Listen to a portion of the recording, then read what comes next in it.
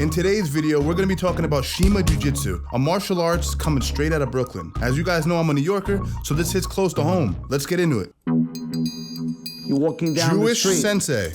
Strange way to start it. Vice TV has always been a little out there. That's like me saying racially ambiguous Sensei. You see your wife being mugged. I teach how to handle that. Other schools, they couldn't deal with that. He's already got that cult leader vibe. Only I have the answers. Oh no. Oh no. He's fighting multiple assailants at once. Which are mental control. Hey, it's a great name, huh? Sensei Steve. I have a loyal following. Jewish.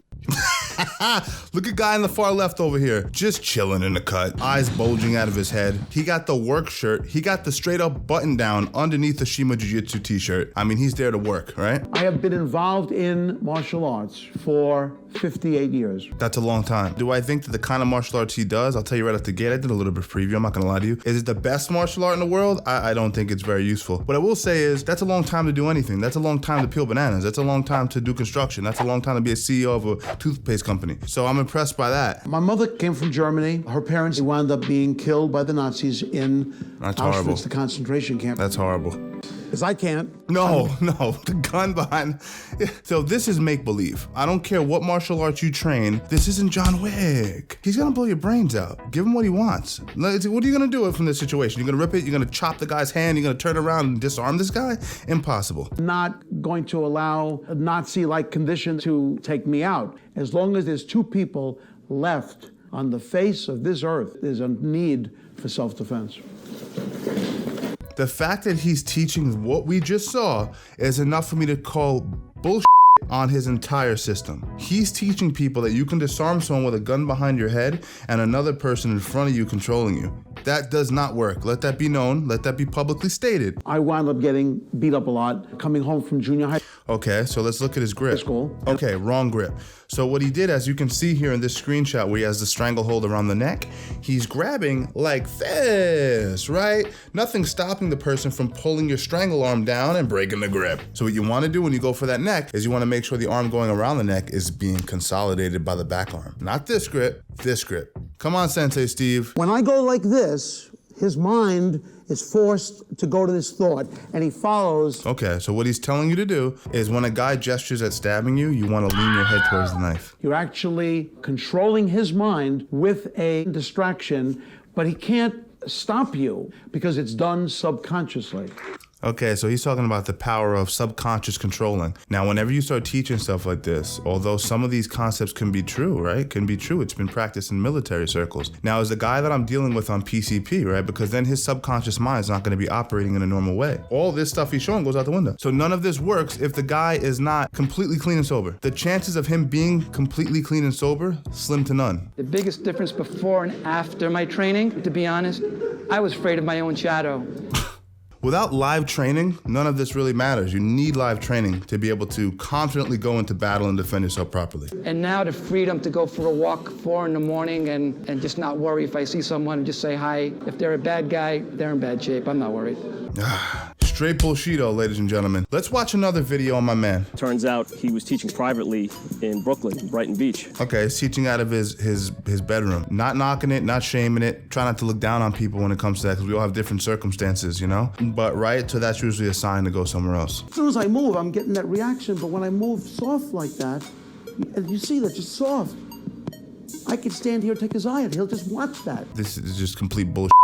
This is always a sign too. There's another one to look for. When a guy goes soft, when this soft works, do this softly. No, because you never know how hard a guy's gonna come at you. Like in a fight, man, in the street, people come at you 110%. They're full of anxiety, they're full of stress. And again, they may be on drugs. Like, this is just complete horse poop, man. I've seen a lot of, YouTube videos of, these guys who have like their magic tricks. So I thought like, oh great, I wound up in one of these places now. You did. Initial skepticism was correct, but instead of him like biting into the skepticism and going like, oh, let me get the f out of here, he said, I'll give it a chance. That's the power of a cult. You gotta be careful.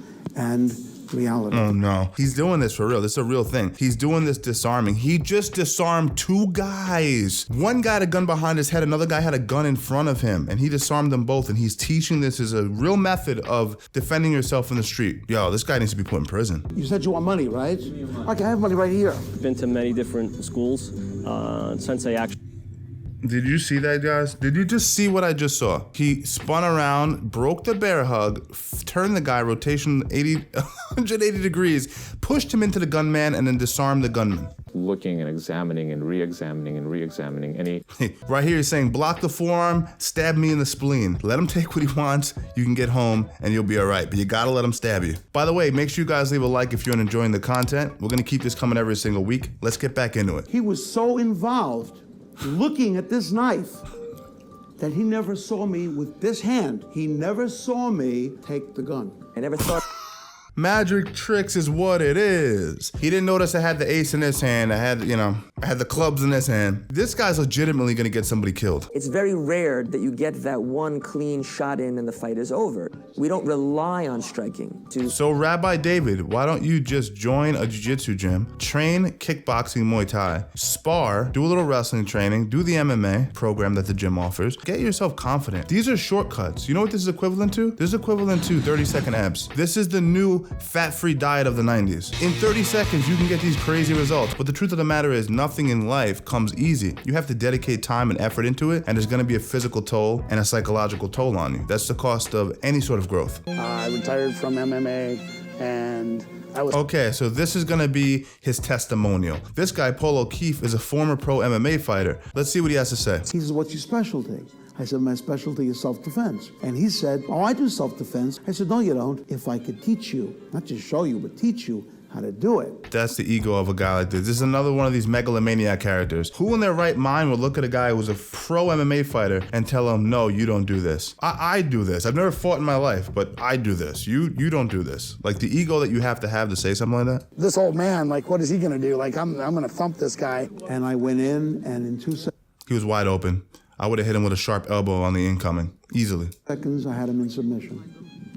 Yeah, he's gonna bend down for you and let you grab his neck. For me, it was pretty eye-opening because he's not as big as me, he's not as strong as me. One, you really, really suck. This guy really sucks. That's one thing. I don't know if that's true, but I'm giving you an alternative. Either he's really, really bad, or this has been a paid-for sponsor by Sensei Steve. This guy is a swindler. That little story is a microcosm of this guy's entire martial arts and self-defense career. He uses his mouth and his bravado and his ego to basically manipulate people. So this guy's out of his mind. All right, so that's been my coverage of Shima Jiu-Jitsu. Me being a proud New Yorker, this does not make me very happy. Let me know in the comments what you guys think about this. Is this guy legit? Can he actually disarm 2 gunmen front and back? Hey guys, cop the merch. Streets are ruthless. Imagine walking down the street and someone sees you rocking this, they bow their head immediately. And don't you want that kind of respect? All right, if you haven't subscribed, subscribe, and I'll be sure to come out with another video later this week, most likely, you know what I'm saying? Or if not, the next week, but I'll be back.